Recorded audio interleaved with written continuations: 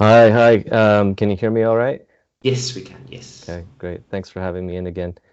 And I think there will be some common themes in what I present here with some of the previous speakers. So thanks, guys.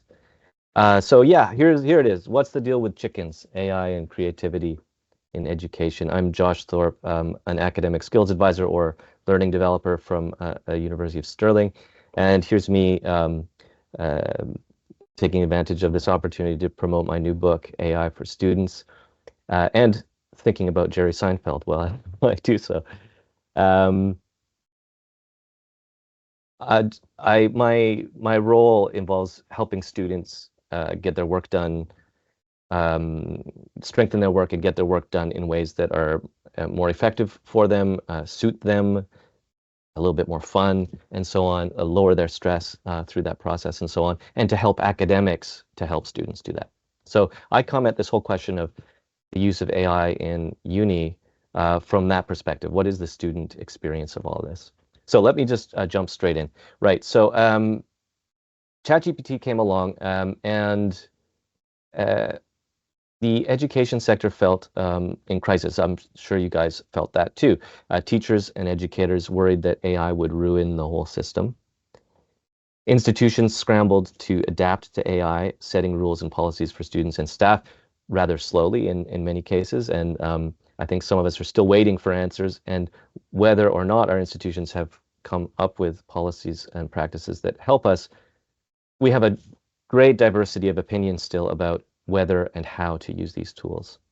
And a great diversity of like experience. And some of us just haven't used the tools that much, and others have focused very much on one type of usage. So, anyways, this talk is mostly about large language model chatbots and how to integrate them. Right. So this is where we were in 2022. I immersed myself in Gen AI, seeking clues to what a critical digital literacy might mean for me and my students in this role, right? Trying to help students get their work done in healthy ways, in humane ways, in ways that are good, that feel good for them. And I felt a little lost, disoriented. Here's me, kind of in that feeling of AI vertigo that some people have referred to.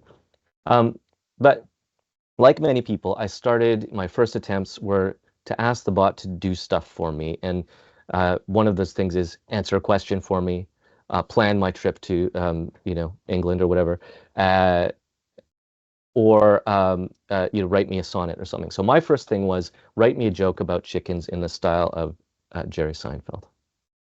And and the bot was very happy to do that. Um, the results, bot says, okay, right. What's the deal with chickens? Familiar refrain, right, from Seinfeld. A cliche, really, of Seinfeld. They've got no sense of urgency. I mean, come on. What's the what's with all the milling about? And this is the condensed version. I actually edited this down, so it's a better joke now than it was when ChatGPT first delivered it to me. Um, Now I found this result to be um, good for a chuckle at first, a little bit disappointing, particularly before I edited it. Subsequent attempts got worse, and very quickly I got bored. And this is something that I'm hearing a lot of from students and from staff is that I'm actually just getting bored with what I'm getting out of these tools, these technologies. So feeling that way, I flipped the model, and this is kind of what this is about, is flipping the model so that rather than asking the bot for stuff, I'm getting the bot to make me do stuff. So I flipped it. I'll tell you the joke, and now you critique it, chatbot. And the chatbot is happy to do that. Sounds like fun, and it was fun. So you know, I felt immediately that suddenly my brain lit up. I was actually enjoying myself using this tool creatively. Uh, and the critique that I got from the chatbot wasn't particularly good, but that wasn't the important bit. So asking for the content that was provided to me, it didn't even really matter how high quality that was because it was the interaction that was interesting. So then I learned about prompt design and prompt cycles, and prompt design means basically as you know, we've already alluded to, what you input to the technology matters, and taking a reflective and strategic approach to that can massively affect your results. In my case, I wasn't worried about tweaking my prompts to get better results or better quality content from the machine, rather a better experience. So here I am, learned about prompt design, and I redesigned my prompt. So now I'm saying, I want to get better at improvising jokes. You're a scholar of humor. Analyze the structure and logic of my joke in 30 words or less, and prompt me to improve it. Then repeat. Okay, so notice how different this is from the original prompt of just tell me a joke. So it's stating an aim. It's a role for the chatbot. You pretend you're a scholar of humor. Analyze an action. It's giving an action or an activity to the bot. It's giving constraints, less than 30 words. And then a follow-up action. Now you're prompting me to do something, and then we're going to go through a cycle. And this becomes a cycle, right? It's like a chain of interactions. And I found that this was quite an interesting change of my mental model for what this bot could do.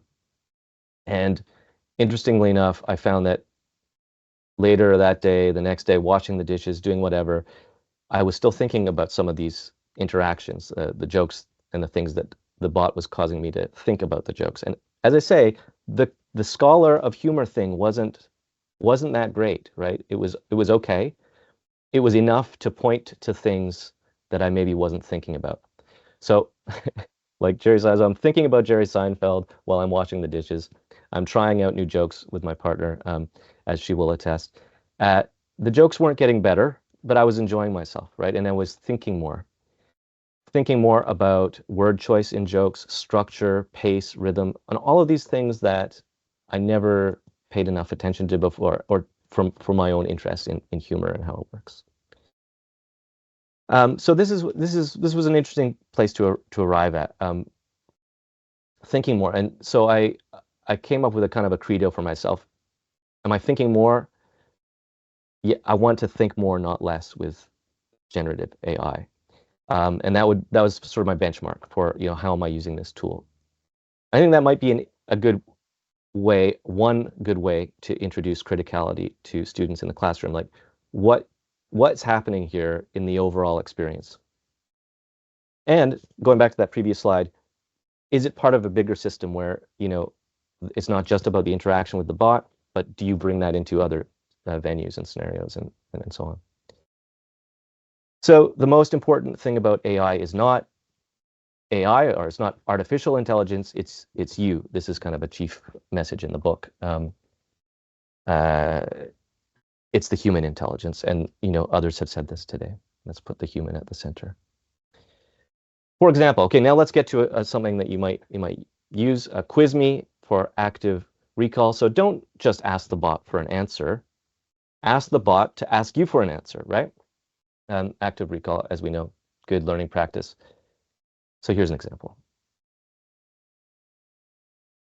So here, let's say this is an urban design student. Act as an urban design expert. Quiz me on urban design terminology. Give me the definition, and I'll give you the matching word.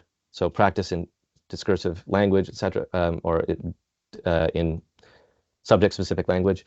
Okay, sounds fun. Are there any aspects of urban design you'd like me to focus on? Okay, I'll upload my notes from lecture, use them to guide you. We can talk about the ethics of sharing that kind of information, but this will ensure to a near certainty that the accuracy of the answers is going to be good. And the bot says, okay, got it. I'm going to ask you a question about people transporting people and goods. And now here's the crucial bit. There's the student thinking, right? Like, I have to do my active recall, access what I've learned, go back to the sources that have been provided to me that I can trust, and then give my answer. And then hopefully the answer, the bot responds that that's correct, and then elaborates on that. And then, of course, the student can create a cycle of prompts in that manner. So things you might demo for your students, things like that, like quizzing me, make sense of my notes. This is one I got directly from a student, a dyslexic student, who said they were They always had trouble rereading their notes and reinterpreting them and felt it was all a jumble. But when they input that stuff to an LLM, it gave them a more nimble way of then interacting with that stuff. Transcribe and order by speech. I have loads of students who prefer to speak than to write. Well, bots can listen. The audio function can listen and reorder what you say. Same with discussing ideas and brainstorming. Pretty useful for that sort of thing. It can work quite well. Searching for and analyzing readings gets tricky, but it can be really useful as long as the student understands there may well be hallucinations and all of that kind of thing, and doesn't just cut and paste.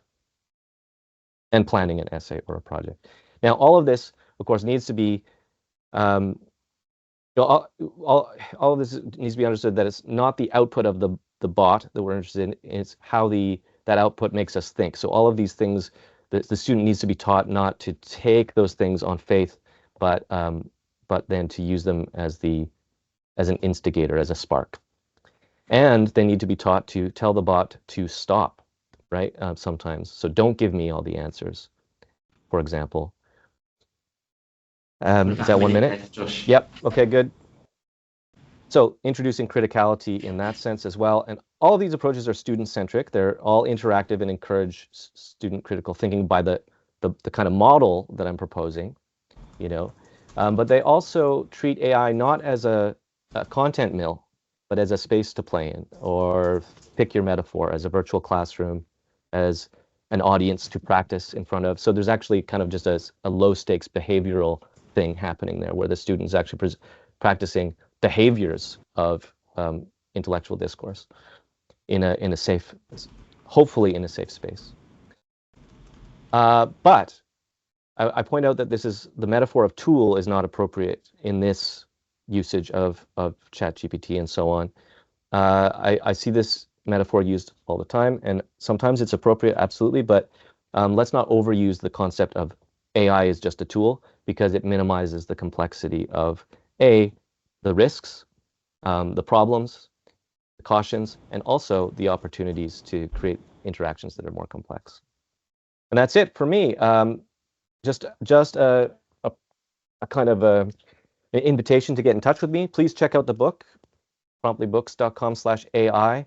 I've got a poster you can download on prompt design for interactive usage. I'd love to do studies and classes if any of you are interested in testing some of these ideas, talks and workshops, all of that stuff. QR code. Questions? Amazing. Thank you so much, Josh. That was a brilliant talk. And again, as evidenced by all of the reactions that are coming in now. We do have time for one quick question. I see Kim has put her hand up. So, John, if you could allow Kim to unmute herself.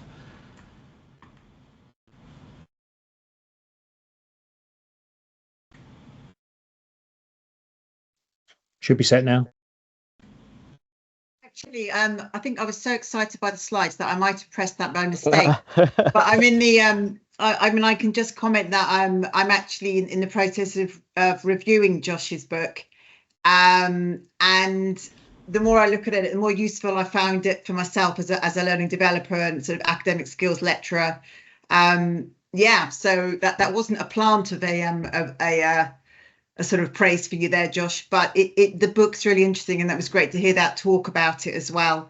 And it's kind of changing the way that some of the sessions I've already sort of started delivering. I found it extremely useful for clarifying things for learning developers. It's great work, so thanks very much. Thank you so much, maybe Kim. I did want to put my hand up. It wasn't just a slip. So I didn't have a specific question right now. Okay. Thanks, Kim. Well, it's really nice feedback as well for Josh and for everyone else. But it was really good. I really liked that. It's a couple of points really. It's like telling AI not to give you all of the answers. You'd have to be a pretty disciplined person to do that, and it sounds so counterintuitive. But I mean, that is how you develop, isn't it? You don't want to be given everything. It's that investigation, that playing that back and forth. That's where it the deep learning really happens. So it's just a comment really rather than a question, but just very good, Josh, very good. Yeah, thank you. Thank you. I'll have a look at the Q&A. Thanks, guys. Thank you so much. Thank you.